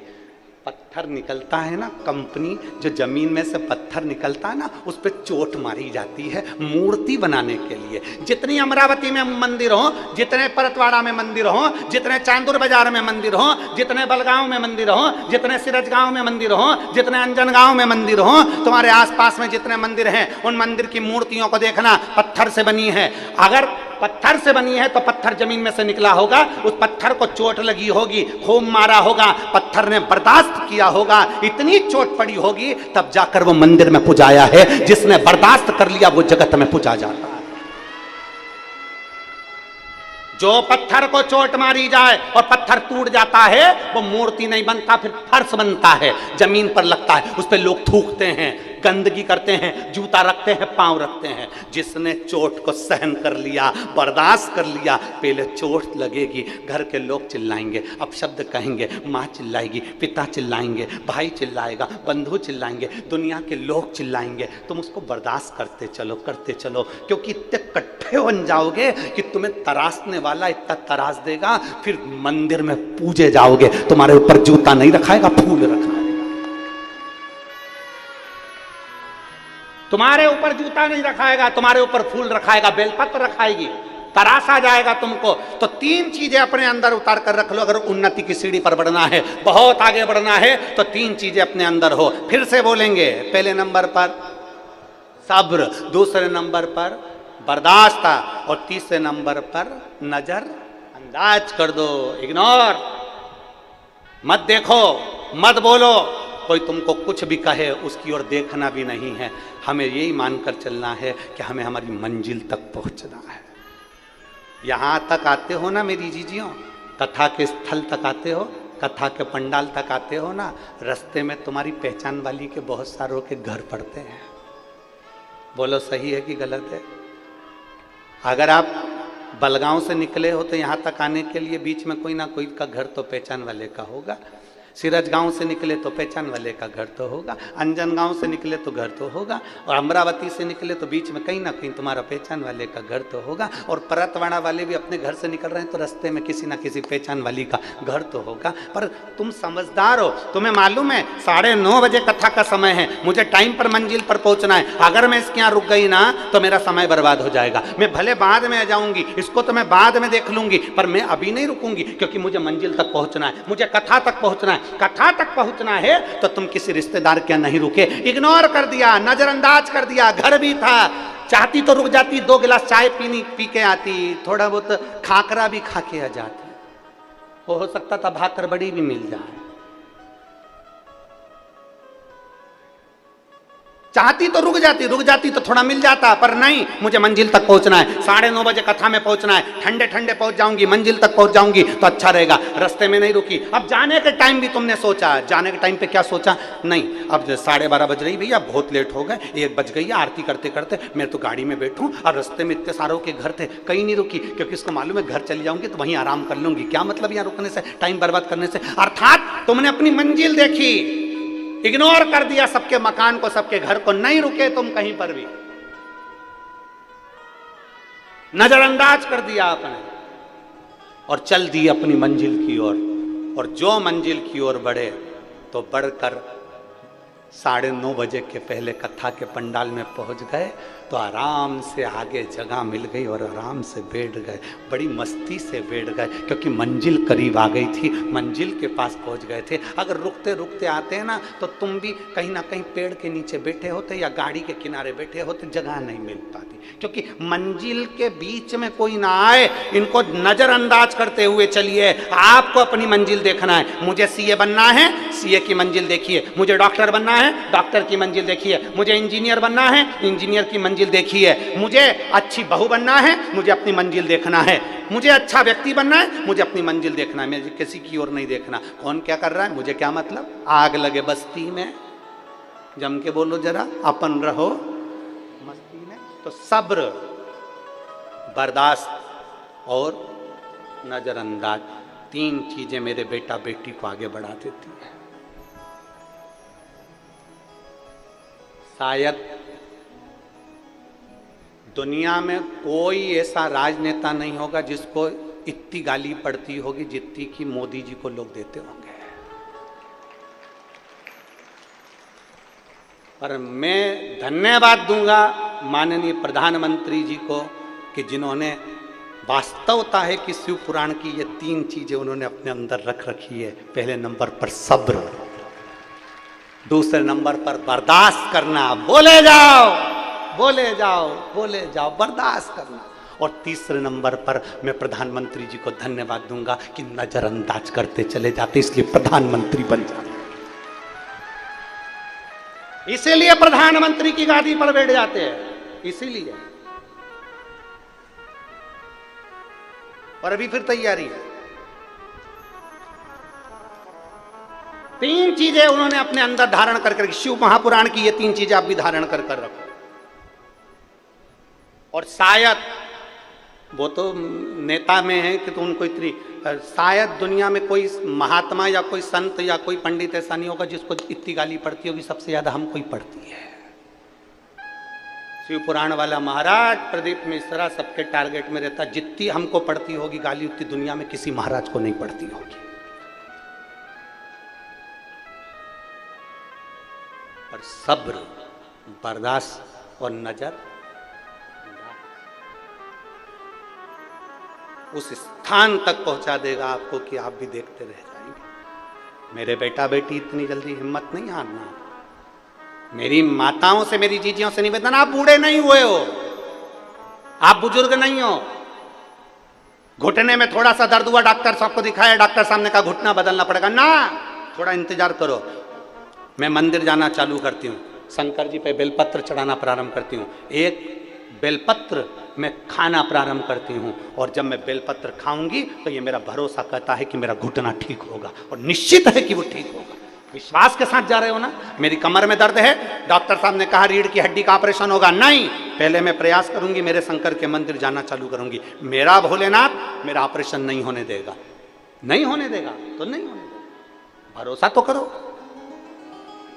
विश्वास को दृढ़ बनाए, भरोसे को दृढ़ बनाए।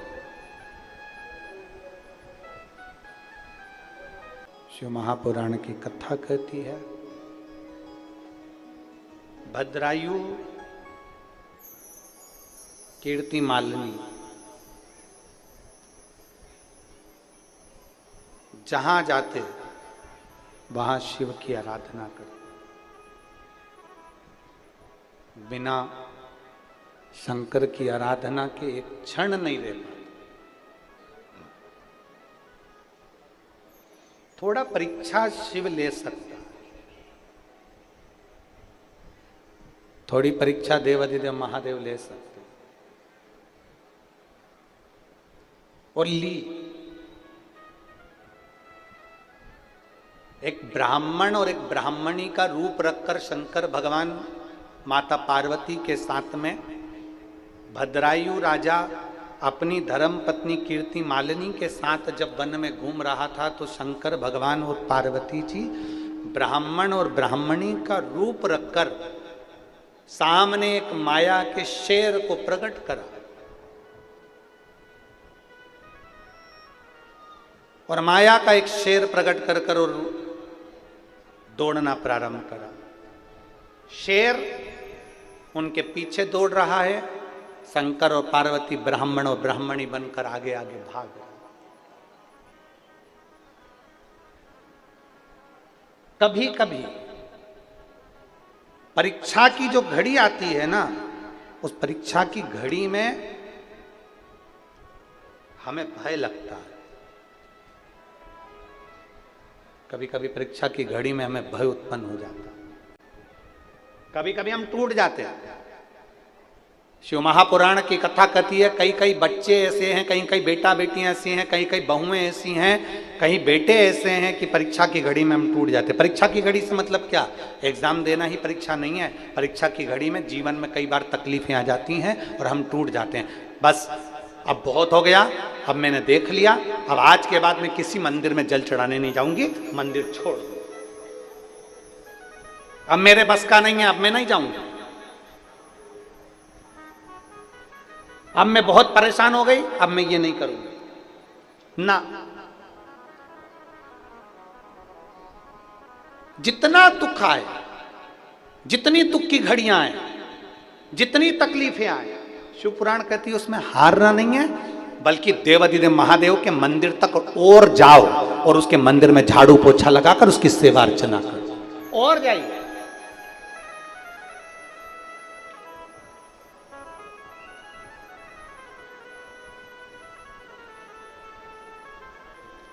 और शंभु शरणे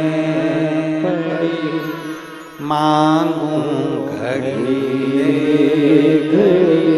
दुख काटो दया करी दर्शन आपो, दया करी दर्शन। जितनी परीक्षा चल रही है उस परीक्षा में हमें टूटना नहीं है और निखरना है। पार्वती जी की परीक्षा देखिए, माता पार्वती की परीक्षा। जन्म के समय पर नारद जी आ गए और नारद जी ने आते से कह दिया इसको जो पति मिलेगा वो भस्मी रमाने वाला मिलेगा, जटा जूड़ बांधने वाला मिलेगा, अड़भंगा मिलेगा, भस्म रमाने वाला, जटा बांधने वाला, और ऐसा ऐसा पति मिलेगा। आपको कोई पत्रिका देखकर बता दे कि आपके साथ में ऐसा ऐसा होने वाला है, तो कई लोग तो ऐसे हैं कि जिंदगी जीना ही छोड़ देते।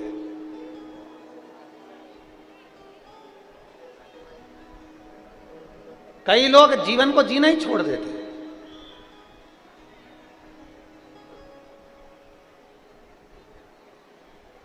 कई घरों में तो हमने देखा है माताएं कहती हैं मेरी मर्जी से चलना पड़ेगा मेरे घर में।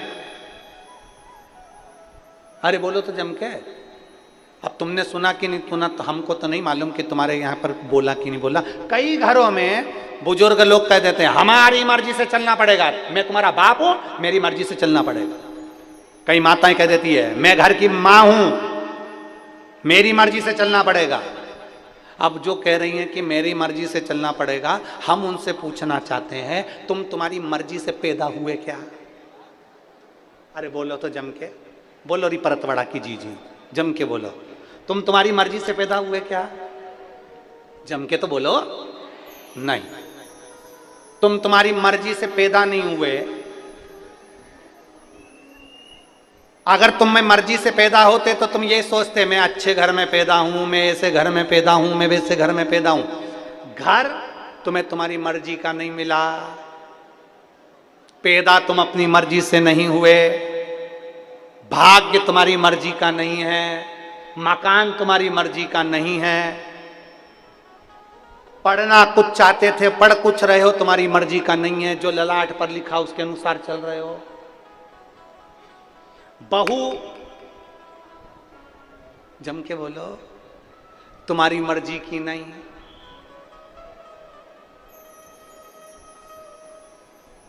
भेरू वो भी तुम्हारी मर्जी का नहीं, जो ललाट पर लिखा वो मिला। सोच के बैठी थी मंगलवार के दिन मरूंगी,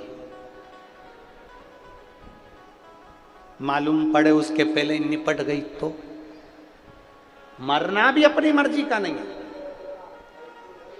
जन्म हमारी मर्जी का नहीं, मृत्यु हमारी मर्जी की नहीं, घर हमारी मर्जी का नहीं, परिवार हमारी मर्जी का नहीं। मेरे को जन्म लेना था इस घर में, मेरे को जन्म लेना था उस घर में, मुझे ऐसी सास मिलना थी, मुझे वैसा मिलना था, मुझे ऐसा करना था। कुछ भी तुम्हारी मर्जी का नहीं है तो फिर अपनी मर्जी किसी पे थोप क्यों रहे हो? जो भगवान ने लिखा है बस वैसा निभाने का प्रयास करो। जो मिला बहुत अच्छा मिला। जो मिला बहुत अच्छा मिला, जो हो रहा है बहुत अच्छा हो रहा है, और जो होगा वो भी बहुत अच्छा होगा, अपनी मर्जी से। एक पत्र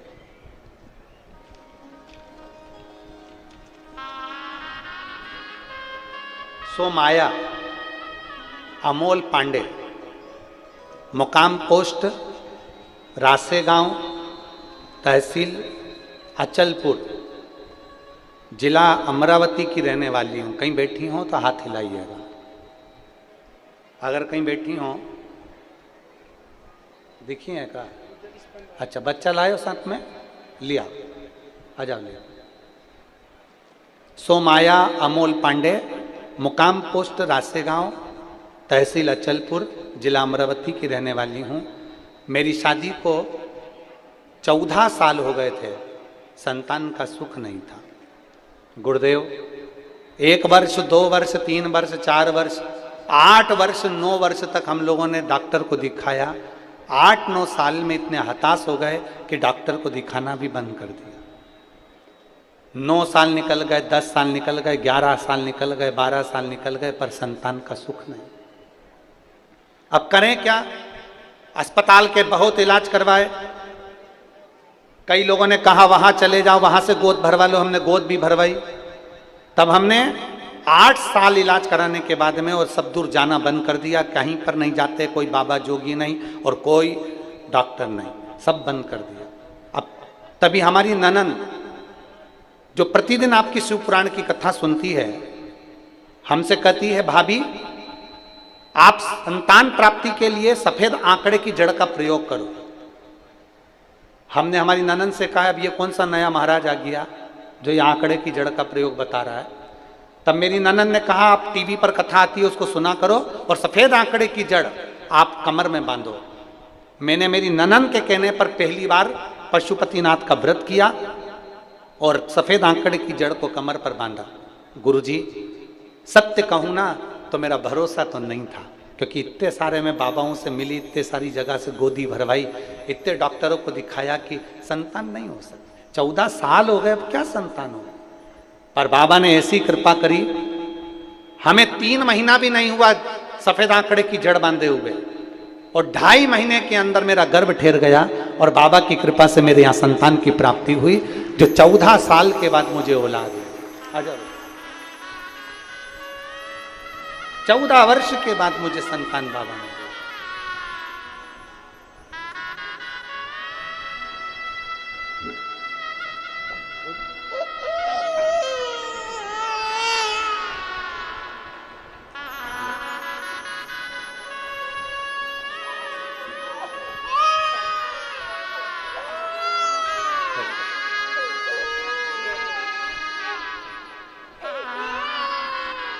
बधाई, बधाई।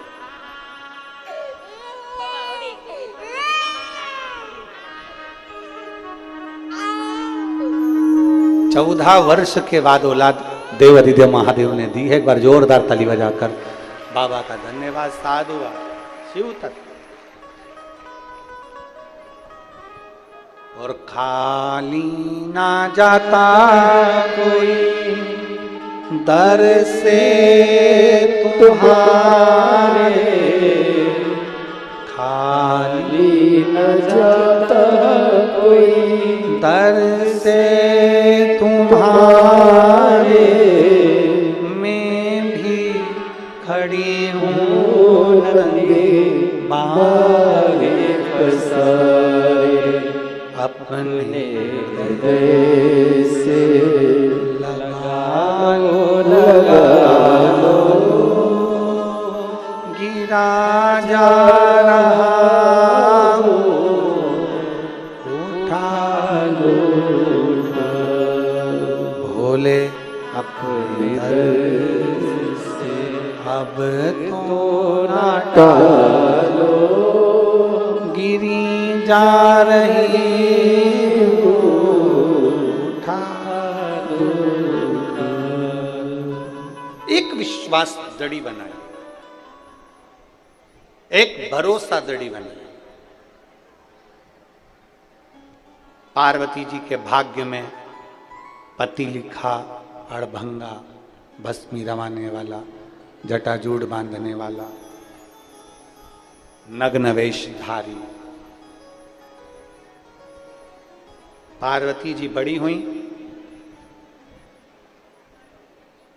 वन में चली गई तपस्या करने के लिए, भगवान शिव का तप साधना कर। तप साधना में लीन, समय आया, भोजन छोड़ दिया, केवल बेलपत्री के पत्ते का सेवन करती थीं, वो भी छोड़ दिया। केवल श्वास, नासिका के एक छिद्र से श्वास लेना और दूसरी श्वास छिद्र से छोड़ देना, वो भी छोड़ दिया। दोनों नासिका के छिद्र से श्वास को अंदर कर कर बैठ जाती और कई दिनों तक उस श्वास को बाहर ही नहीं छोड़ती। अब परीक्षा देखिएगा, शंकर भगवान ने जो पार्वती जी की परीक्षा ली है वो कितनी विचित्र ली। अजगर, मगर, अड़भंग शिव बार बार बनकर आते हैं और पार्वती जी की परीक्षा लेते हैं। पर पार्वती मैया उन परीक्षाओं से डरती नहीं। मेरा बेटा बेटियों से निवेदन है, मैं मेरी बेटा बेटियों से निवेदन करूंगा कि कभी जिंदगी में आपको परीक्षाओं से डरना नहीं। पार्वती जी भी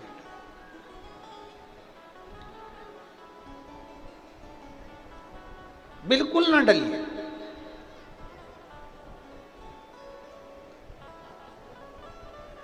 और पार्वती जी नहीं डरी। इतना परीक्षा लिया है पार्वती जी की, इतनी परीक्षा वही की वही भद्रायु और कीर्तिमती के साथ में हुआ, कीर्तिमालिनी के साथ हुआ। ब्राह्मण और ब्राह्मणी का रूप रखकर भगवान शंकर पार्वती दौड़ते दौड़ते दौड़ते दौड़ते, भगवान शिव और पार्वती दौड़ते दौड़ते आए और पीछे शेर। भद्रायु और कीर्तिमालिनी के पास पहुंचे, चिल्लाने लगे शंकर भगवान ब्राह्मण के रूप में, बचा लो पीछे शेर आ रहा है, बचा लो पीछे शेर आ रहा है। भगवान शंकर की धर्मपत्नी माता पार्वती जो ब्राह्मणी का रूप ली थी वो भी चिल्ला रही है, बचा लो पीछे शेर आ रहा है। इतनी देर में तो भद्रायु ने धनुष उठाया, बाण उठाया,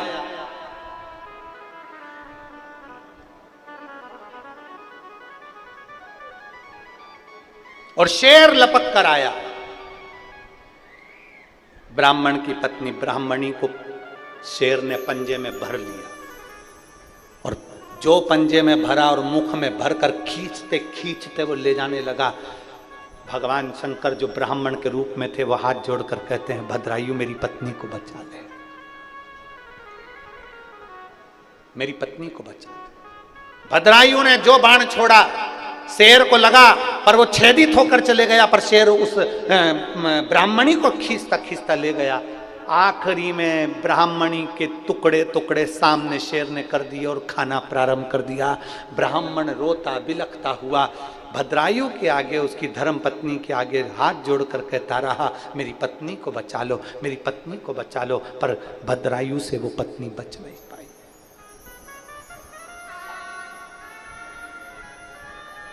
बची नहीं।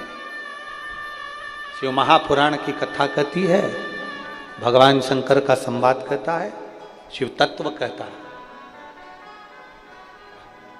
भगवान शंकर ब्राह्मण के रूप में कहते हैं, भद्रायु राजा, मैंने तो सुना था तेरा धनुष और बाण दोनों तीव्र है, मैंने सुना था तू दुनिया की रक्षा करता है, मैंने सुना था तू प्रजा की रक्षा करता है, तूने मेरी पत्नी की रक्षा नहीं करी, मैंने मेरी पत्नी की रक्षा नहीं करी, मैं तुझे श्राप देता हूं। भद्रायु चरणों में पड़ गया, कीर्तिमालिनी चरणों में पड़ गई, आप क्षमा करिए, आपको क्या चाहिए वो ले लो, जो चाहिए आपको दे दिया जाएगा। मेरा पूरा भंडार आपके लिए, मेरा पूरा राजघराना आपके लिए, मेरी पूरी राज सत्ता आपके लिए, आपको जो चाहिए। ब्राह्मण कहता है, नहीं, धन लेकर करूंगा क्या, मेरी तो अर्धांगिनी चली गई। राजन, अगर इतने बड़े धर्मात्मा हो तो आप क्या अपनी अर्धांगिनी को मुझे दे सकते हो? आपकी पत्नी कीर्ति मालिनी को क्या मुझे दे सकते हो? राजा ने हाथ जोड़कर कहा, महाराज कैसी बात करते हो? आप ब्राह्मण हो, आप ब्राह्मण हो। एक संत, एक साधु, सन्यासी, तपस्वी, ब्राह्मण, साधक, उपासक की वाणी क्या होना चाहिए, शब्द क्या होना चाहिए, उसकी लैंग्वेज क्या होना चाहिए, उसके मांगने का तरीका क्या होना चाहिए, उसको क्या बोलना चाहिए, मैं क्या बताऊं महाराज। भद्रायु कहते हैं मैं क्षत्रिय हूं, आप ब्राह्मण हैं। ब्राह्मण को हमेशा सोच समझ कर विचार कर कर बोलना चाहिए। कहीं आपकी वाणी में कोई ऐसा शब्द तो नहीं आ गया? कोई संत, कोई साधु, कोई सन्यासी, कोई तपस्वी, कोई साधक, कोई उपासक जो भगवान को मानने वाला है, परमात्मा को रिझाने वाला है, वो अपनी वाणी को इतना विचित्र कैसे कर सकता है? अपनी वाणी को इतना ऐसा कैसे कर सकता है कि आप अपनी पत्नी दे दीजिए? ना, नहीं।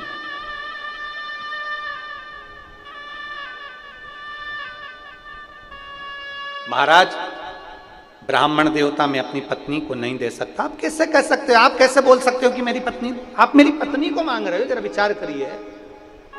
मैं नहीं दे सकता। बस तो राजन, श्राप झेलने के लिए तैयार हो जाओ।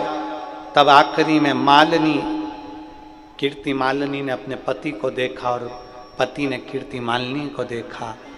ब्राह्मण है, दरवाजे से खाली जाए, ठीक नहीं।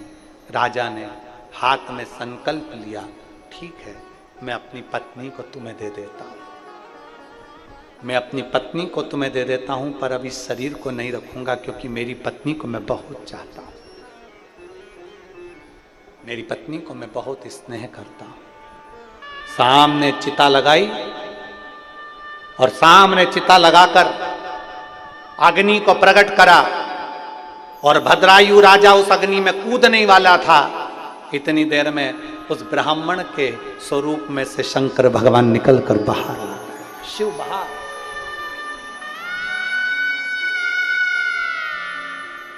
बोल दीजेश्वर महादेव की जय। मेरे शिव निकलकर बाहर आ गए, प्रकट हो गए। शेर था वो गायब हो गया। जो ब्राह्मणी को खाया था, जो ब्राह्मण की पत्नी को खाया था, ब्राह्मणी को, उसमें से पार्वती जी प्रकट होकर बाहर आ गई। शंकर पार्वती ने दर्शन दिया। भद्रायु, तुम मेरी आराधना करते हो ना, इसलिए मैंने परीक्षा ली थी। भद्रायु, मैं परीक्षा लेने के लिए तुम्हारे पास आया। राजन, आज मांग ले, तुझे क्या चाहिए। आज मैं प्रसन्न हूं क्योंकि शंकर को लोग धन से प्रसन्न करना चाहते हैं।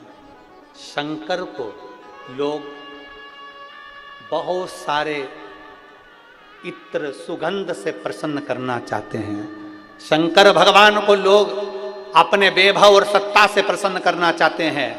शंकर भगवान खुद भद्रायु के सामने कहते हैं, सुनो भद्रायु, मैं तुमसे इसलिए प्रसन्न हूं क्योंकि तुम मुझे प्रसन्न करने के लिए कभी धन और दौलत नहीं, मुझे प्रसन्न करने के लिए केवल एक बूंद जल समर्पित कर देते थे, इसलिए आज मैं प्रसन्न होकर तुम्हें वर प्रदान करने आया।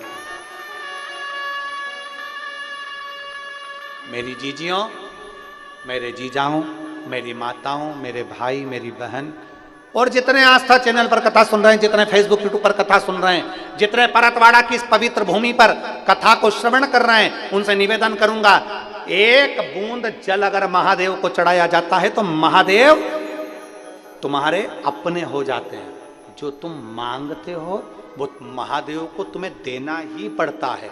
जब एक बूंद जल से महादेव हमारे हो जाते हैं तो एक लोटा जल तुम रोज चढ़ाते हो तो क्या महादेव तुम्हारी नहीं सुनेंगे?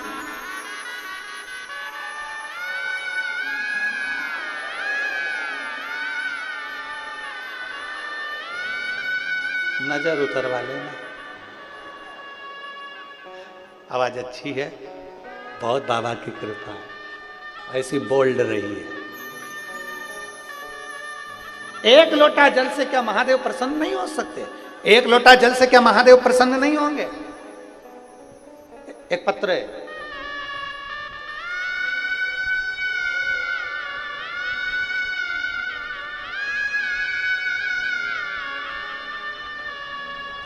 राजश्री शर्मा, बुरहानपुर की रहने वाली हूं। मैं यहां कथा सुनने बुरहानपुर से आई हूं, बुरहानपुर से। राजश्री शर्मा कहीं बैठी हो तो हाथ हिला सकती है, कहीं बैठी हो तो हाथ हिला सकती हैं। राजश्री शर्मा बुरहानपुर की रहने वाली हूं, मैं बुरहानपुर से आई हूं, कहीं बैठी हो तो हाथ हिला सकती हैं।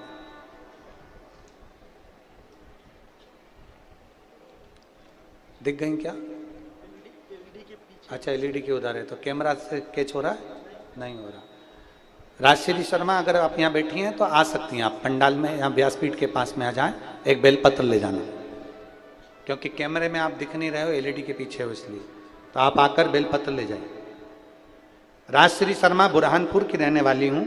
मेरा मोबाइल नंबर ये है। गुरुजी, पहले तो ये बताओ कि आपकी सेहत कैसी है? मस्त हूँ, बाबा की कृपा है और मेरी बहनों का और मेरे जीजाओं का स्नेह और प्रेम है। बाबा का खूब खूब कृपा है। गुरुदेव, 13 जुलाई 2023 में अचानक से शरीर में कष्ट हुआ और कैंसर बता दिया। अचानक से शरीर में कष्ट हुआ और कैंसर बता दिया, और कैंसर हो गया। बॉम्बे का इलाज करवाया, उन्होंने मुझे ऑपरेशन का बोल दिया। गुरुदेव, मेरे पास में इतना पैसा नहीं था, इसलिए मैंने ऑपरेशन को अपने दिमाग से निकाल दिया कि अब मुझे ऑपरेशन नहीं करना। आप रोज मुझे अपनी कथा में कहते हो कि देवाधिदेव महादेव की सेवा करो, अर्चना करो, शंकर जी की आराधना करो। रात्रि को 9:15 वाला जो आपका प्रयोग है, जो उपाय आपने 9:15 को रात्रि वाला बताया है, वो मैं करती हूँ। मंदिर में जाती हूँ, सफाई करती हूँ, मंदिर में दिया बाती करती हूँ, शंकर जी पे चढ़ा हुआ जल पीती हूँ। सीहोर गई, वहाँ से रुद्राक्ष लेकर आई, उसको तांबे के कलश में गलाकर शिव जी को चढ़ाना प्रारंभ करा। गुरुदेव, मैं बाबा का क्या गुणगान करूं? लोग कहते हैं कि शिव है, हम कहते हैं आपकी जो व्यासपीठ है वो शंकर का ही एक स्वरूप है और शिव उस पे से बोलते हैं। गुरुदेव, डॉक्टर ने ऑपरेशन का कह दिया, मंदिर में जाना प्रारंभ कर दिया, और आप जैसा कहते हो बेलपत्र और रुद्राक्ष के जल का पानी पीना प्रारंभ करा। आज मैं बाबा को धन्यवाद देने के लिए आई हूं। मैंने जांचें कराई, उसमें मेरा कैंसर ठीक हुआ, और मैं बाबा को आज धन्यवाद देती हूं कि 4 महीने हो गए, ना मुझे दवाई लेना पड़ रही है, ना मुझे औषधि लेना पड़ रही है, और ना मेरा ऑपरेशन की जरूरत पड़ रही है। मैं ठीक।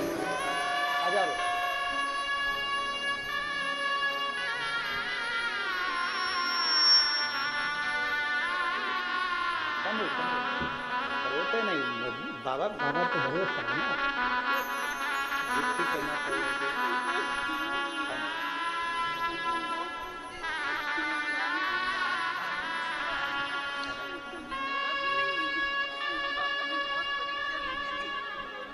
खबर नहीं देता, बाबा बुलाया है ना। इसके एक बेलपत्र उसको एक रखने के लिए देना और एक खाने के लिए ये करना, ठीक है?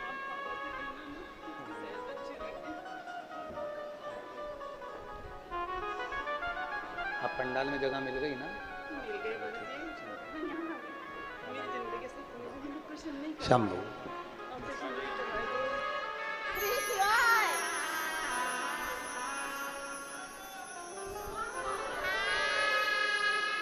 कल रात्रि को बुरहानपुर से आई हैं, कहीं जगह नहीं मिल रही थी तो रात्रि को पेड़ के नीचे रात्रि विश्राम किया। एक कंकर को अपने सिर के पास में रखकर सो गई और बाबा से विनती करते, परतवाड़ा की मेरे जितने यहाँ सेवादार लगे हैं परतवाड़ा में, जायसवाल जी जो कथा करा रहे हैं, मैं श्री ओम प्रकाश जी, नंद किशोर जायसवाल जी से और श्री प्रकाश नंद किशोर जायसवाल जी से एक निवेदन करना चाहूँगा, क्योंकि उस 2 से 3 पत्र हमारे पास में आए हैं। प्रकाश जी आपसे भी कहूँगा, नंद किशोर जी से भी कहूँगा, 2-3 पत्र हमारे पास में आए हैं कि रात्रि को जब लोग भजन करते हैं या कीर्तन करते हैं तो कई लोग आकर भजन कीर्तन बंद करवा देते हैं, चिल्ला चोट करते हैं। मेरा ये सही है? तो मेरा प्रकाश जी से और श्री ओम प्रकाश जी से भी मैं निवेदन करूंगा इस चीज़ का। ओम प्रकाश जी आप भी थोड़ा ध्यान रखें, प्रकाश जी आप भी थोड़ा ध्यान रखें। हमारे बीच में विधायक महोदय श्री रवि जी राणा जी आए हैं, जिन्होंने बहुत सुंदर कथा अमरावती में कराई थी। बहुत बहुत साधुवाद, ऐतिहासिक कथा अमरावती में कराई। तो मेरा प्रकाश जी आपसे भी निवेदन है और श्री ओम प्रकाश जी से भी निवेदन, और यहाँ जितने सेवादार लगे हैं, कार्यकर्ता, रात्रि को जो माताएं भजन करती हैं, कीर्तन करती हैं, स्मरण करती हैं, नृत्य करती हैं, आनंद करती हैं, भजन कीर्तन में डूबी रहती हैं, आप उनको बिल्कुल भजन करने के लिए मना नहीं करें। उनका मन हो जितनी देर वो भजन करें। देख लो पीछे वाले कितने खुश हो गए।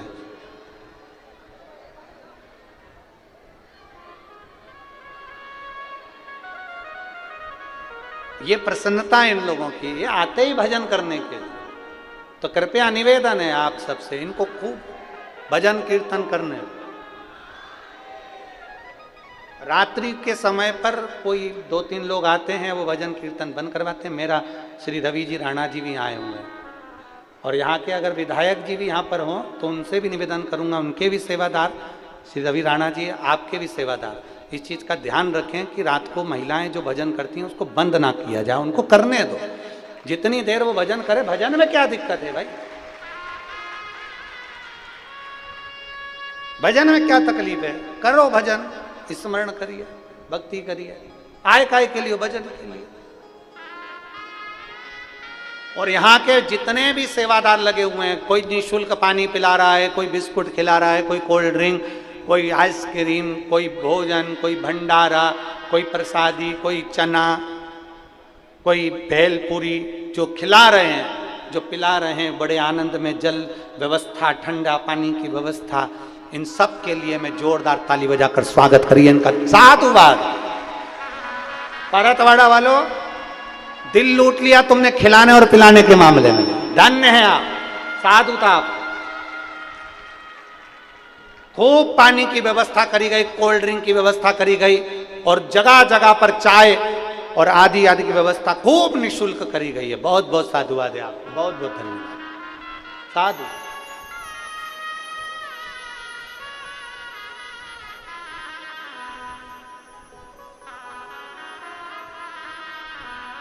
खूब दिल से आनंद से भजन करिए, कीर्तन करिए। और खाली ना जाता कोई दर से तुम्हारे, खाली ना जाता कोई दर से तुम्हारे, मैं भी खड़ी हूँ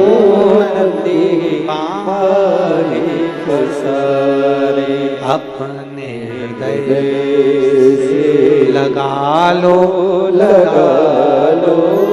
गिरा जा रहा हूँ, उठा लो। शिव आराधना का फल ही यही। ये बहन ने पत्र में लिखा,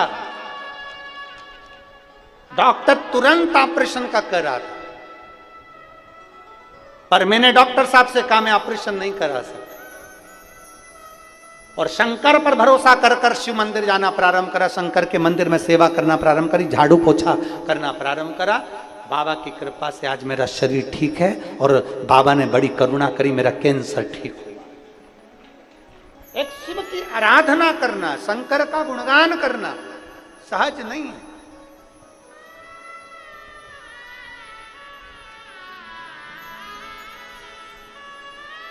शिव की आराधना करना सरल थोड़ी ना, सहज नहीं है महाराज। पार्वती जी ने तप साधना करी, परीक्षा लेता है भगवान, आता है तो भगवान शंकर पार्वती जी प्रकट होकर भद्रायु और उसकी धर्म पत्नी कीर्तिमालिनी को वर दे दिया, मांग तुझे क्या चाहिए। क्या प्रभु मैं मांगू क्या तुमसे, क्या मांग सकता, आज तुझे जो मांगना है मांग ले, क्योंकि मैं प्रसन्न हूं। एक बूंद जल महादेव पर अगर चढ़ जाता है तो उसका भी फल प्राप्त हो जाता, उसका भी फल।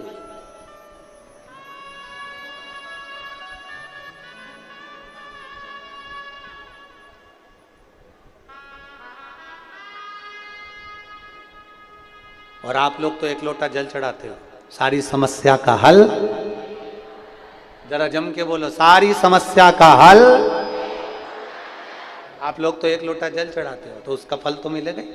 भद्रायु और उसकी धर्म पत्नी से कह दिया, भद्रायु और उसकी धर्म पत्नी कीर्तिमालिनी से भगवान शंकर ने कहा मांग लो तुम्हें जो चाहिए। भद्रायु और कीर्तिमालिनी ने हाथ जोड़कर वर मांगा, प्रभु आप ब्राह्मण का रूप रख कर आए थे, आज से आपका नाम द्विजेश्वर महादेव हो। प्रभु एक विनती और है, एक विनती और,